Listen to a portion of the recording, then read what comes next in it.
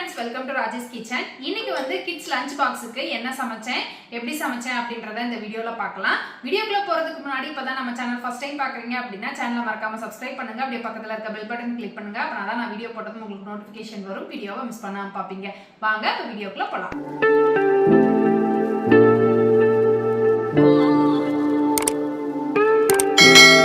இன்னைக்கு meal maker gravy தான் செய்ய போகிறேன். அதுக்கு ஒரு பாத்திரத்தில் தண்ணியை சூடு பண்ணிவிட்டு அதில் மீல் மேக்கரை போட்டு ஒரு கொதி வந்ததும் அடுப்பை ஆஃப் பண்ணிடலாம். இது ஒரு 5 நிமிஷம் அப்படியே இருக்கட்டும். இப்போ ஒரு பேனில் வெங்காயம், வெள்ளைப்பூடு, கொஞ்சமாக இஞ்சி, கூடவே கொஞ்சமாக கசகசா ஆட் பண்ணிவிட்டு கொஞ்சமாக எண்ணெய் ஊற்றி இதை நல்லா வதக்கி எடுத்துக்கலாம்.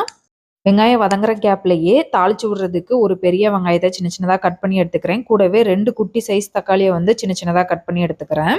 வெங்காயம் வெள்ளைப்பூடு எல்லாமே நல்லா வதங்கிருச்சு. இப்போ அடுப்பை ஆஃப் பண்ணிட்டு இது நல்லா ஆறட்டும். ஆறுனதுக்கப்புறம் அரைச்சிக்கலாம். பிள்ளைங்க இன்னைக்கு லஞ்சுக்கு வந்து சப்பாத்தி வேணும் அப்படின்னு கேட்டாங்க. பிரீத்தி ஜோடியாக் வாங்கினதுக்கு அப்புறம் நமக்கு சப்பாத்திக்கு மாவு பிணையிறது ரொம்ப ஈஸியாகவே ஆயிடுச்சு. பிரீத்தி ஜோடியாக் அன்பாக்சிங் வீடியோவில் நிறைய பேர் இதோட ப்ரைஸ் என்ன அப்படின்னு கேட்டிருந்தாங்க. 8000 சம்திங் வந்தது. ஜோடியாக்கில் நமக்கு சப்பாத்திக்கு மாவு பிணையிறது ரொம்ப ஈஸியாக இருந்தாலும் தண்ணி பார்த்தீங்க அப்படின்னா கொஞ்சம் கொஞ்சமாக ஊற்றணும். தேவையான அளவு கொஞ்சம் கொஞ்சமாக ஊற்றினாதான் வந்து நமக்கு அந்த மாவு பதத்துக்கு கரெக்டாக வரும். கொஞ்சம் அதிகமாக போயிடுச்சுனாலும் பிசு பிசுன்னு இருக்கும். அவங்களே 1 கப்புக்கு 1/2 கப்பு அப்படின்னு மெஷர்மெண்ட் கொடுத்துருக்காங்க. அந்த 1/2 கப்லேயும் கொஞ்சம் கம்மியாக ஊற்றினோம்னா கரெக்டான பதத்துக்கு கிடைக்குது. தண்ணி கொஞ்சம் அதிகமாயிருச்சு, கையில் பிசு பிசுன்னு ஒட்டுதுன்னு நினச்சிங்க அப்படின்னா எடுத்துட்டு கொஞ்சமாக ஆயில் தடவி நம்ம பிசைஞ்சு வச்சிட்டோம் அப்படின்னம்னா கையில் ஒட்டாது. மாவு நல்லா சாஃப்டாக பிணைஞ்சு கொடுத்துருது. சப்பாத்தியும் நல்லா சாஃப்டாக வருது. மாவில் ஆயில் தடவி வச்சிருக்கேன். இது கொஞ்சம் நேரம் ஊறட்டும். கிரேவிக்கு வதக்கி வச்ச வெங்காயம் நல்லா ஆறிடுச்சு. அதை ஒரு மிக்சி ஜாருக்கு மாற்றிட்டேன். அது கூடவே 5-6 முந்திரி பருப்பு ஆட் பண்ணியிருக்கேன். இதை நல்லா வலுவலுன்னு அரைச்சி எடுத்துக்கலாம். இந்த மாதிரி நல்லா வலுவலுன்னு அரைச்சி எடுத்துக்கலாம். இது உரமாக இருக்கட்டும். மீல் மேக்கர் சுடுதண்ணிலே 10 நிமிஷம் இருந்தது. அதை நல்லா அலசிட்டு இப்போ இறுக்கமாக தண்ணி எல்லாத்தையும் புழிஞ்சு ஒரு பவுலில் மாற்றி வச்சுக்கலாம். சுடுதண்ணியில் போட்டு வச்சதை 2-3 தடவை அலசிட்டு தண்ணியே இல்லாமல் இந்த மாதிரி இருக்க புழிஞ்சு எடுத்து வச்சிட்டோம் அப்படின்னா தான் வந்து ஸ்மெல் இல்லாமல் இருக்கும். கிரேவி தாளிச்சு விடுறதுக்கு அடுப்பை பற்ற வச்சு ஒரு குக்கர் வச்சுருக்கேன். இதில் கொஞ்சமாக நல்லெண்ணெய் ஆட் பண்ணிக்கிறேன். எண்ணெய் காஞ்சதும் இதில் பட்டை, கிராம்பு, ஏலக்காய் போட்டு தாளிச்சு விட்றலாம். இது ஒரு நல்லா வதக்கிட்டு சின்ன சின்னதாக கட் பண்ணி வச்சுருக்க ஒரு பெரிய வெங்காயத்தை ஆட் பண்ணிவிட்டு வெங்காயம் நல்லா வதங்குற வரைக்கும் வதக்கி விட்றலாம். வெங்காயம் லைட்டாக கலர் சேஞ்ச் ஆனதும் நம்ம கட் பண்ணி வச்சுருக்க தக்காளி ஆட் பண்ணிவிட்டு வெங்காயம் தக்காளி நல்லா வதங்குற வரைக்கும் வதக்கி விட்றலாம். வெங்காயம் தக்காளி நல்லா வதங்கி இந்த மாதிரி எண்ணெய் பிரிஞ்சு வர ஆரம்பிச்சதுக்கு அப்புறம் நம்ம க்ளீன் பண்ணி வச்சிருக்க மீல் மேக்கர் இது கூட ஆட் பண்ணிக்கலாம். இது கூடவே மசாலா ஐட்டமும் ஆட் பண்ணிக்கலாம். 1 ஸ்பூன் அளவுக்கு தனி மிளகாத்தூள், 1.5 ஸ்பூன் அளவுக்கு மல்லித்தூள் ஆட் பண்ணிக்கிறேன். இது கூடவே 1 ஸ்பூன் அளவுக்கு கரம் மசாலா, கூடவே 1/2 ஸ்பூன் அளவுக்கு சீரகத்தூள் ஆட் பண்ணிக்கிறேன். கறி மசால் 1/4 ஸ்பூன் அளவுக்கு ஆட் பண்ணிட்டு எல்லாத்தையும் ஒருக்கா நல்லா கலந்து விட்டுறலாம். மீல் மேக்கர்ல மசாலா படுற மாதிரி வதக்கி விட்டுட்டு நம்ம அரைச்சி வச்சிருக்க வெங்காய பேஸ்ட்டை இது கூட ஆட் பண்ணிக்கலாம். மிக்சி ஜாரில் கொஞ்சமாக தண்ணி ஊற்றி அலசி அந்த தண்ணி இது கூடவே ஆட் பண்ணிக்கிறேன். எல்லாத்தையும் ஒருக்கா நல்லா கலந்து விட்டுட்டு கிரேவிக்கு தேவையான அளவு தண்ணி ஆட் பண்ணிக்கலாம். கிரேவி வந்து உங்களுக்கு எந்த அளவுக்கு திக்காக வேணும் தண்ணியாக வேணுன்றதை பொறுத்து நீங்கள் வந்து தண்ணி அட்ஜஸ்ட் பண்ணிக்கோங்க. நான் வந்து இன்றைக்கி கொஞ்சம் திக்காக தான் பண்ண போகிறேன். அதனால தண்ணி வந்து கம்மியாக தான் ஆட் பண்ணியிருக்கேன். இது கூடவே கிரேவிக்கு தேவையான அளவு உப்பு ஆட் பண்ணிக்கலாம். எல்லாத்தையும் ஒருக்கா நல்லா கலந்துட்டு இப்போ குக்கரை மூடி வச்சிடலாம். குக்கரை மூடி ஒரு 3லேருந்து 4 விசில் விட்டு எடுத்தோம் அப்படின்னம்னா கிரேவி ரெடி ஆகிடும். குக்கர் விசில் வர்ற கேப்பில் சப்பாத்திக்கு வந்து எல்லாத்தையும் தேய்ச்சி வச்சிடலாம் அப்படின்ட்டு தேய்ச்சிக்கிட்டு இருக்கேன்.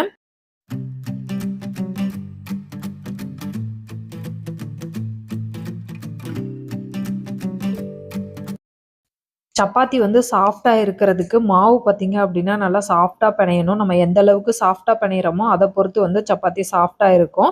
அதே மாதிரி சப்பாத்தி சாஃப்டாக இருக்கிறதுக்கு தோசைக்கல்லோட சூடும் முக்கியம். தோசைக்கல் வந்து நல்லா சூடாக இருக்கணும். நம்ம என்ன பண்ணுவோம், மீடியம் ஃப்ளேமில் வச்சுட்டு ஒரு சப்பாத்தி சுட்டுட்டு இருக்கும் போதே இன்னொன்று தேய்ச்சிக்கிட்டு இருப்போம். அந்த மாதிரி இல்லாமல் எல்லாத்தையும் நல்லா தேய்ச்சி முதலையே வச்சுட்டு அதுக்கப்புறம் கல் நல்லா சூடானதுக்கப்புறம் ஒவ்வொரு சப்பாத்தியாக போட்டு எடுத்தோம் அப்படின்னம்னா சப்பாத்தி வந்து சாஃப்டாக இருக்கும். கல் நல்லா சூடாக இருந்ததும் அடுப்பை சிம்மில் வச்சுட்டு போட்டோம் அப்படின்னம்னா ஒரு மாதிரி வரட்டி மாதிரி ஆயிரும். நல்லா ஹார்டாக இருக்கும். முடிஞ்ச வரைக்கும் சப்பாத்தி சுடும் போது ஹை ஃப்ளேமில் வச்சுட்டே சுடுங்க. அவ்வளோதான், சப்பாத்தி எல்லாத்தையுமே சுட்டுட்டேன். குக்கரும் பார்த்தீங்க அப்படின்னா விசில் அடங்கிருச்சு. இப்போ ஓப்பன் பண்ணி பார்க்கலாம். கிரேவி வந்து சூப்பராக ரெடி ஆகிடுக்கு. நான் வந்து தண்ணி கம்மியாக தான் ஊற்றுனேன். எனக்கு வந்து கொஞ்சம் திக்காக வேணும் அப்படின்றனால. சப்பாத்தியும் ரெடி, கிரேவியும் ரெடி ஆயிருச்சு. கிரேவியில் கடைசியாக கொஞ்சமாக கொத்தமல்லி தழை தூவி ஒரு கிளறிட்டீங்க அப்படின்னா இன்னும் நல்லா வாசமாகவும் டேஸ்ட்டாகவும் இருக்கும். அவ்வளோதான், மீல் மேக்கர் கிரேவி சூப்பராக ரெடி ஆயிருச்சு. நீங்களும் உங்கள் வீட்டில் ட்ரை பண்ணி பார்த்துட்டு எப்படி இருந்தது அப்படின்றத மறக்காமல் கமெண்ட்டில் சொல்லுங்கள். அவ்வளோதான், சமையல் வேலையெல்லாம் முடிஞ்சது. பிள்ளைங்களுக்கு லஞ்ச் பாக்ஸ் பேக் பண்ணிக்கிட்டு இருக்கேன். கையிலுக்கு 3 சப்பாத்தி வச்சிருக்கேன். அவளே பிச்சு சாப்பிட்டுக்குவா. கண்மணிக்கு வந்து 2 சப்பாத்தி நான் பிச்சு வச்சு விட்டுருக்கேன். கிரேவி இதுக்கு மேல இருக்க கிணியில ஊத்தணும் அப்படின்னா வழிஞ்சிரும் அப்படின்றனால டப்பர் வேர்ல ஊத்தி வச்சிருக்கேன். ஸ்நாக்ஸுக்கு வந்து ஆளுக்கு ஒரு ஆரஞ்சும் கொய்யாப்பழம் பாதியும் வச்சிருக்கேன். கடகடன் டிஃபன் பாக்ஸ் எல்லாம் பேக் பண்ணிட்டு பிள்ளைங்களையும் ஸ்கூலுக்கு கிளப்பி விடணும். பிள்ளைங்களுக்கு மதிய லஞ்சுக்கு வந்து சப்பாத்தி கேட்டாங்க அப்படின்னு சப்பாத்தி வச்சு விட்டேன். காலையில பிரேக்ஃபாஸ்ட்டுக்கு வந்து சத்து மாவு களி தான் கிண்டி ஊட்டி விட்டுட்டு இருக்கேன்.